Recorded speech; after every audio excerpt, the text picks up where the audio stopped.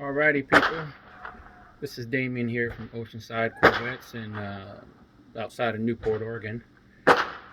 Today's video is gonna be the start of me doing the LT4 supercharger swap on my 2015 Z51, and I'm gonna try to do this video the best I can from front to back, and as detailed as possible. It's my first time doing it. I'm gonna do it here in this little tiny garage of mine. Thank God for the quick jack I got, and I got pretty much all the tools that you'll need to do anything like this. Just a small area that I'm working in. So the first thing I'm gonna do, I already got it up off the ground on the quick jack, so I'll show you that. But the first thing I'm going to do is disconnect the battery. I'll take the top of the intake, all those covers off of there, remove the intake, and then I'll work on the front end, and that way I can let the fuel pressure drop in the fuel lines. So I don't want to crack those. I just got home and the car's hot, the engine's hot. And it's still under high pressure, so that's the last thing I want is a bunch of gas everywhere on my garage and on my car. So I got this little BZ or UBs tripod and remote for start and stopping. It don't work that well, but I'm gonna use it. My cousin gave me a hard time, Shashira, about not having this little tripod deal, so I'm gonna go ahead and give it a shot.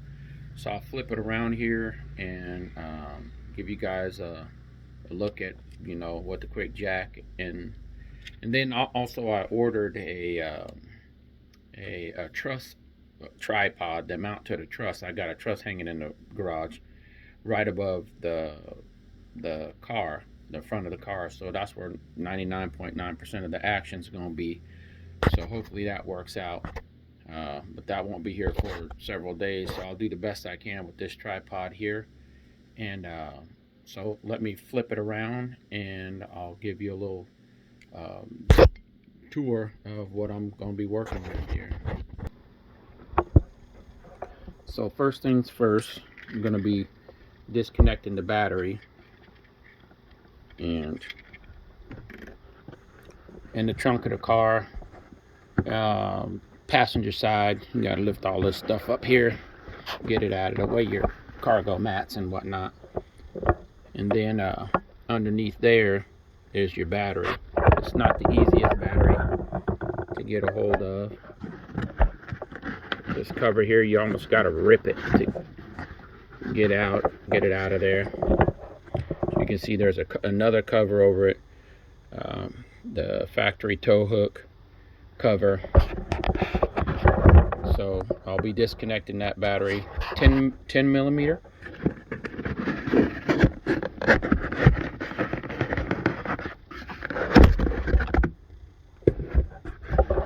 Yeah, 10 millimeter right there. Negative battery post is the one I'm going to disconnect on it.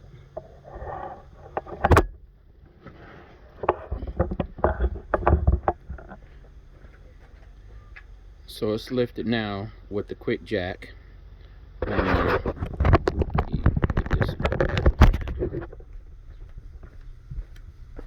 So what I'm going to do also, if I need to, I can lower it now that it's in the air. Put some blocks, 2x4s underneath the tires, lower it down. Then the quick jack, they give you some more blocks that are taller. There's a short one and a tall one. I think one is 3.5 inches and one is 2 inches tall. And you can get some more height, and they're stackable. These boogers right here. So these are the tall ones. I think these are 2.5, 3 inches. And then I don't know if you can see right there. There's the short ones, right in between there. So you lower it down on 2x4s, drop it down, then you double stack these, and that'll give you another 3 or 4 inches total on height. As can see I'm working in a tight confined area, but I've done it before.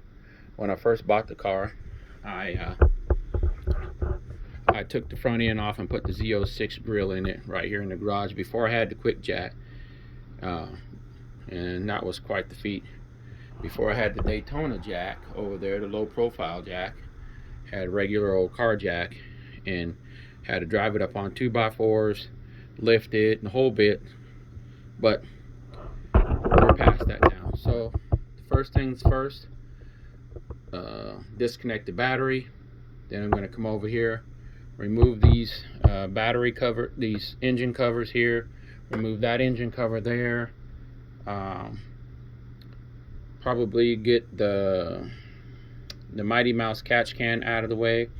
I got an overflow of an expansion tank, a bigger expansion tank with this LT4 kit, and it mounts right here. It mounts right on these right here, the bracket for the Mighty Mouse catch can. So if I'm not mistaken now, my Mighty Mouse catch can has to be relocated up to here on the radiator. Oh, and also I got the Z06 ZR1 Grand Sport fan, coolant fan. So that'll be coming here next, maybe this week, maybe tomorrow it might show up. Got that from Summit Racing. At the end I can list all part numbers. I bought the kit, the supercharger swap kit from West Michigan Automotive Technologies, I do believe it is the name of it. A gentleman by the name of Mike over there was really helpful, and I'll give him a shout out at the end of this project. As long as everything goes right and all the parts is right and the nuts and bolts is right and all that good stuff, I'll give him a shout out anyway, you know. But so there's that. Just got done doing the header install. I don't know if you can see the headers, but just got done doing the header install about a week ago. Let's try to see if turn it. Yeah, there we go. That's better. So driver side Texas Speed long tube headers, Catless X pipe, factory mufflers, MPP mufflers, and I did the modification on the mufflers where you pull the packing out of it. It was absolutely outrageously too loud. So I took those off, put the factory ones back on, still too loud. So what I'm going to do is take the factory ones back off, take the packing, open up the can side of those other mufflers and put packing in there and see if that helps, you know, knock it down a little bit, knock some of that edge off of it. So you got to remove this. It won't fit with the supercharger lid. My plans are, I'm hoping, is to cut that perfectly where it sits when the hood is closed with the supercharger. Cut that out perfectly so I don't have to remove it all. And what I'm hoping to do, this is just an idea, don't hold me to it, is what's left, make it nice and cut clean like it's supposed to be, and then I'm going to carbon fiber it. I want this insulation on there. I don't want a bare hood under here. So, but I don't want the insulation where you can see doing this. So I want a carbon fiber what's left after I cut it out, so it mounts, because it won't fit with the supercharger lid on here. And I got the low lid, but I plan on going with the 17 and up higher lid, and eventually get the bigger bricks as well. It's the bit larger heat exchanger. Eventually I will upgrade. What else is going on here? So yeah, you got to pull that front bumper off of there, which is fairly easy. You got to pull your front splitter off first. A bunch of other little nuts and screws down there you got to take off. Not nuts, screws inside the wheel well. Back over here. You got to take those out right here. Remove those, And come up here, you take this cover off here. There's a couple of other screws there that runs along here. You got to remove, get it out. This booger comes off. Those bolts are screws are right there. I think there's four of those. One right here. That got to come out. Air intake's got to come out completely, of course. I won't be using this air intake again. I'm probably going to sell it. It's the AFE for the LT1. I can't use it, so I'm gonna get rid of it. What else? I know we gotta loosen your ABS bracket, the rack, drop the rack down out of the way to get the harmonic balancer off, because you got to change that. If you notice, it's only got one rib for one belt. The supercharger has two ribs, two grooves, separate grooves, one for all the accessories, and then one rib just for the supercharger itself. So that's got to come off. That comes in the kit from West Michigan.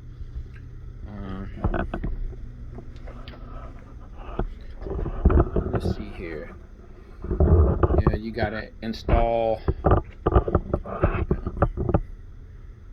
the radiator shroud. You got to replace that with the heat exchanger in it. So new radiator fan.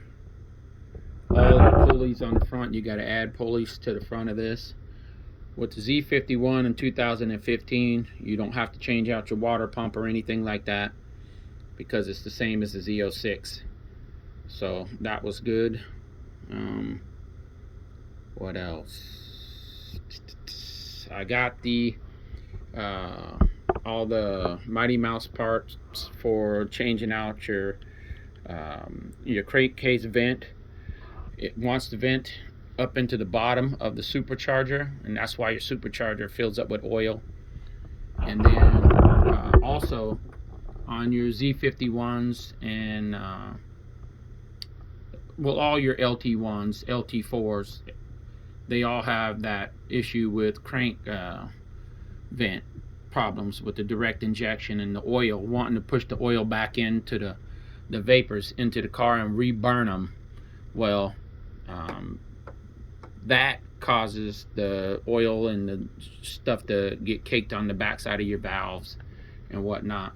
So that's why I got the Mighty Mouse catch can. But if you ever take off your stock air intake system, and after 10-15,000 miles, or each time you change your oil and you turn it upside down, these things right here catch a lot of that oil and it pulls inside of there.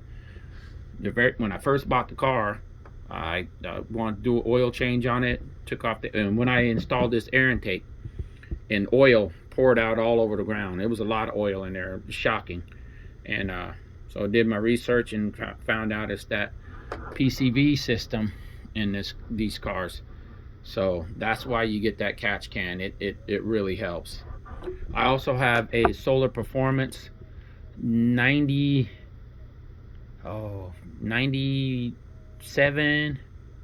It's just under the 105 millimeter ZR1 throttle body. I'm also replacing, so I'm replacing that as well. Matter of fact, that's on there right now. What else? That's about it right at the moment. Just get started on yanking these off, yanking this cover off, get the all the PCV tubes out of the way. All these are going to come off and get out of the way. This one here, this one here, same on the other side. That one there. Yank that intake manifold off of there. This air intake off of here. Get all this shroud out of here. Yeah, radiator fan out of here, and go from there. So this is the truss that I'll be hanging when I get the other one, so the phone will come down. They say take off your hood, it makes it easier, but I don't have the help to get my hood off, and I hear it's a pain in the butt to readjust it to putting it back on, so I'm going to leave the hood on. And I know it's been done with the hood on, so I'm going to leave it alone. I don't want to go that far. But so that's that.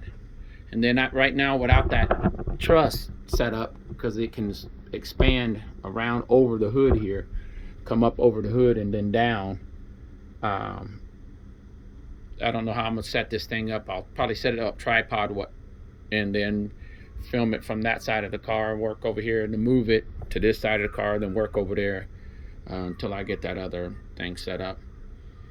But I'll try to keep you guys informed as much as possible, every step of the way. What sockets I'm using, what wrench I'm using, what millimeters they are, you know, everything I can possibly think of to be as detailed as possible. For those who want to do this themselves and might be a little intimidated by it, it is intimidating. Shit, putting headers on this thing by yourself is intimidating. If you've never done anything like this to one of these cars, for me, I got a little bit of automotive background, so it wasn't too bad. It was just I knew I could do it. I do recommend on the passenger side, if you're doing headers on this car, have somebody help you when you're lining up the header from underneath.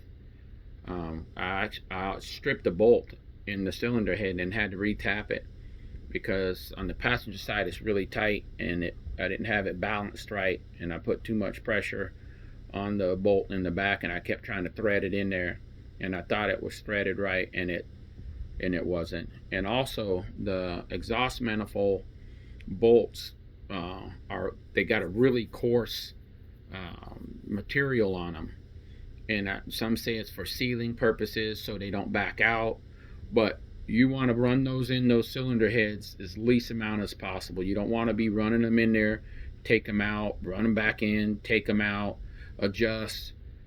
When you get ready to put those headers on there, throw those exhaust manifold gaskets on there, have somebody underneath help you hold it, line them all up, thread them in by hand where you know they're going in smooth by hand, and then go ahead and tighten them down. You don't want to be trying to do that by yourself, because it's not balanced, they're heavy, and you take the chance of cross-threading one. I did it.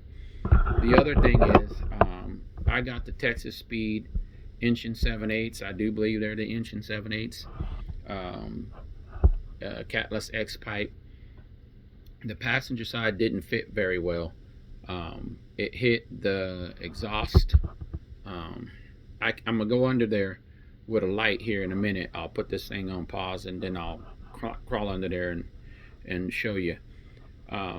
It hit on the passenger side heat shielding underneath the car. It rubbed, so therefore it put pressure. When I was trying to tighten it down, it was putting pressure, and I couldn't see that it was rubbing under there until after I tightened them down. Then I got under there and said, oh man, you know, it's rubbing. So I had to take it all apart, take them out, and bang on them to clearance that, and put them back in, tighten them up best as possible, because I was doing this by myself, and then tighten them down. That's when I was talking about the taking the bolts in, taking the bolts out, taking the bolts in, taking the bolts out. If I would have had somebody here to help me, it would have been done. So they would have been able to see, hey, this ain't gonna fit. We could have clearanced it, stuck them back up in there. This ain't gonna fit. Clearance it a little bit more. Okay, it's fitting now, and then tighten everything down, and that would have saved me all the headaches. So I recommend on the passenger side, have somebody help you. Driver's side, not a problem. Went in like butter, all by themselves, no problem. Didn't hit anything, didn't rub on anything. Put the bolts in by hand, no balance issues, and not an issue whatsoever on the driver's side. So that's just my recommendation to you. If you're using the Texas Speed long tube headers, on the passenger side on this C7 Corvette, have somebody help you hold them up there while you're fitting them. I'm not saying they all are like that. I heard the stories about them. I obviously got a set that was like that, and I had to bang on them pretty good at the collector to clear it, because it was rubbing down past that too, on the right where they meet up to at the X pipe. It was rubbing there quite a bit, and I had to clearance that quite a bit. So, and which is fine. I got a good deal on them. I'm gonna make it work. It is what it is. I'm not gonna go and spend $2,500 on American Racing headers or Cook's headers or Stainless Works headers. This whole project is quite spendy, so I'll make them work. I'm happy with them. They're loud as hell, so we got to work on that. It's a little loud, too loud for my taste, you know. I don't want to be Joe Dirting it out there, you know, with blowing off glass packs and crying babies and dogs howling and shit, you know. That's not my style. But I'll get a light and I'll crawl under there. Actually, I'm not gonna crawl under there right now because it's hot as hell. I just got home. I'll leave that be. But I'll set up the tripod and I'll start taking off the upper cover, intake covers, and all that stuff, and getting the PCV lines off of there, the air intake off tonight, front shroud out tonight, and we'll go from there. And hopefully this works out. Alrighty, let me put you on pause and I'll get this thing set up. Alrighty, we're back. So on the passenger side here, let me get my, I recommend you guys get you one of these. It ain't gotta say Corvette, it ain't got none of that stuff. I got some of those Harbor Freight shipping blankets too that I use. You don't want to scratch your car. It's not necessary. Take your time and just, you know, cover it and protect it best you can. Okay, first thing first is these Corvette covers. When I got the car, they're black, or gray or black or something like that. They're black, and they got the red Corvette on there that gets rubbed off from this thing right here, and it rubbed off and it looked like crap. So I bought some Duplicolor Arctic White paint for GM, which it was way off. Once it got warm, it kind of turned to a tan off-white color, which it was better than factory, far as I'm concerned. That's my opinion. These letters here are metal, and they're painted and clear coated carbon flash. And a friend of mine with the ZR1 and the C8 Terry, you'll see in my other videos and on my Facebook page, Instagram, Oceanside Corvettes, and he had a C7 Stingray that was all tricked out and the 1,000 horsepower and all that ridiculousness, and he traded that in and got the ZR1, but he had all these extra covers and stuff like that he was going to put on his. So I took that off, put the two-way tape on it, painted these, stuck it back on there. So I thought it looked good, just my opinion. So there's the one there. Now these bolts here got to come off. These are, if I'm not mistaken, those are 10 millimeters as well.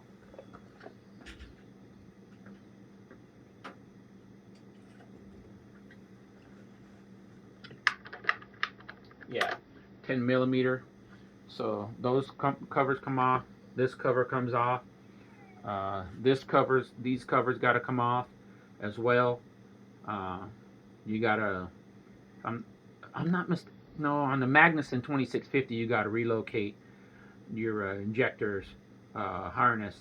But on this one here, I think you got to swap them around where they go forward or backwards on one side or something like that. We'll get there. I got the videos. I got the TVs and all that, and the computers out here and the laptop. So we'll be looking it up, I'm sure, as we go. So I'll get around to the other side.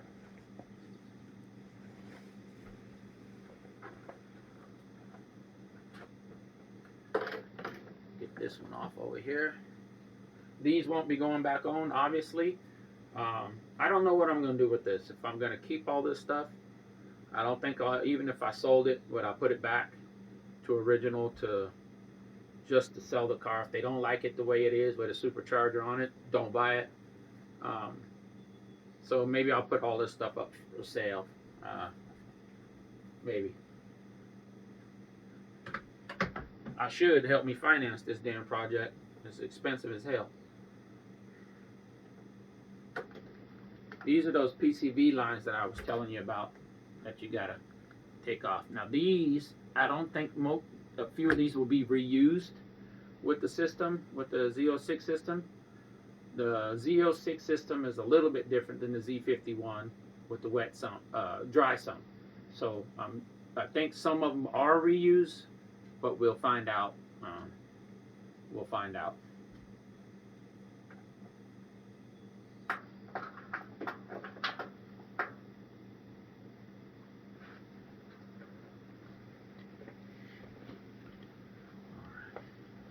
Oh, and like I told you, let's see if I can. So I got the tools to. It was kind of neat when I got the toolbox.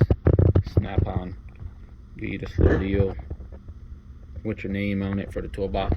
I thought it was cool. It was a little gesture for you. So we got the nice snap-on toolbox, and so we got the tools that we're gonna need. My favorite tool right now, I just got recently, I love this thing, is that new digital tool, torque wrench. It's got the angle meters, inch pounds, foot pounds, you name it, it's got it. I got the old school for the crank bolt, and I even got a bigger one at work I can get access to.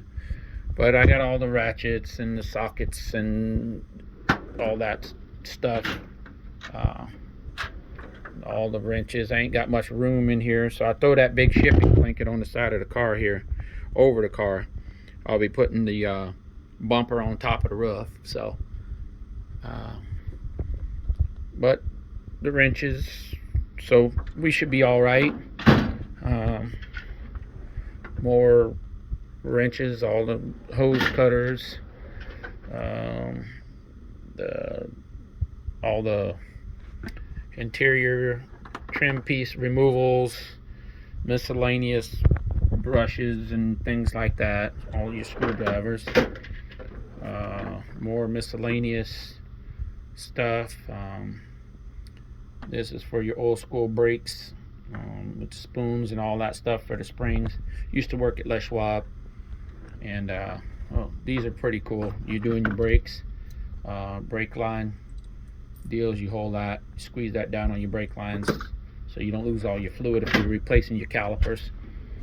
All the different hammers and whatnot. Some assortment of the electric power tools. I use air for die grinder, these guys here, because I like the RPM. Couple of cutoff wheels I use those for. Other than that, I don't use air anymore. I use it to blow off, you know, things. Polishers, there's Sawzall. Just picked this up last week, this little booger here. I likes that. Yeah, shout out to Joe Osling at Mac Tools here on the Oregon coast. He takes care of me on all my DeWalt and Mac. Also Brandon McConnell from Snap-on. He got me my box and takes care of me all my Snap-on stuff. So this is the computer we'll be using to look up information. There's another laptop under here. I gotta put this stuff away. This is something else, people. I don't know if everybody got these cheap ass GoPros. I ain't even gonna use them. They're junk. But I started when I bought the car a binder of everything. When I bought it, what I paid for it. Actually, I paid $38 even. But just everything, all the options, warranty, everything I purchased on it, every receipt, you name it, it's in there. Then all the extra stuff that I'm gonna purchase for it, part numbers, everything for part numbers that I put on the car, whether it was factory, aftermarket, Amazon, West Coast Corvettes, you name it, I got the receipt for it. So if it's on this car, other than even the gas I put in it, I got the receipts. In the back here is another book, and this is for the supercharger install, and this is the manual. So I had that printed out and put in this notebook, so I have that information. This is something I'm gonna be headed to this August, is the Corvette and Camaro Invasion of Reno. So I hope to see you guys there. It's on I get there the 24th, Wednesday, and I'll be leaving on Sunday the 28th. So hopefully we'll see you guys there. I might want to take that out right now.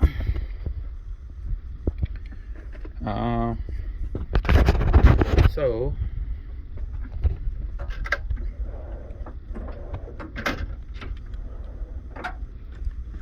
bring out these 1/4 inch, 3/8,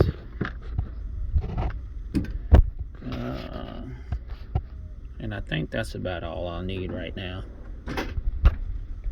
And then, okay.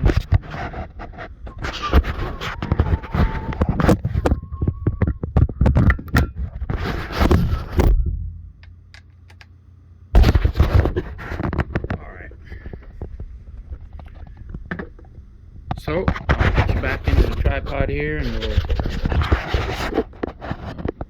continue filming.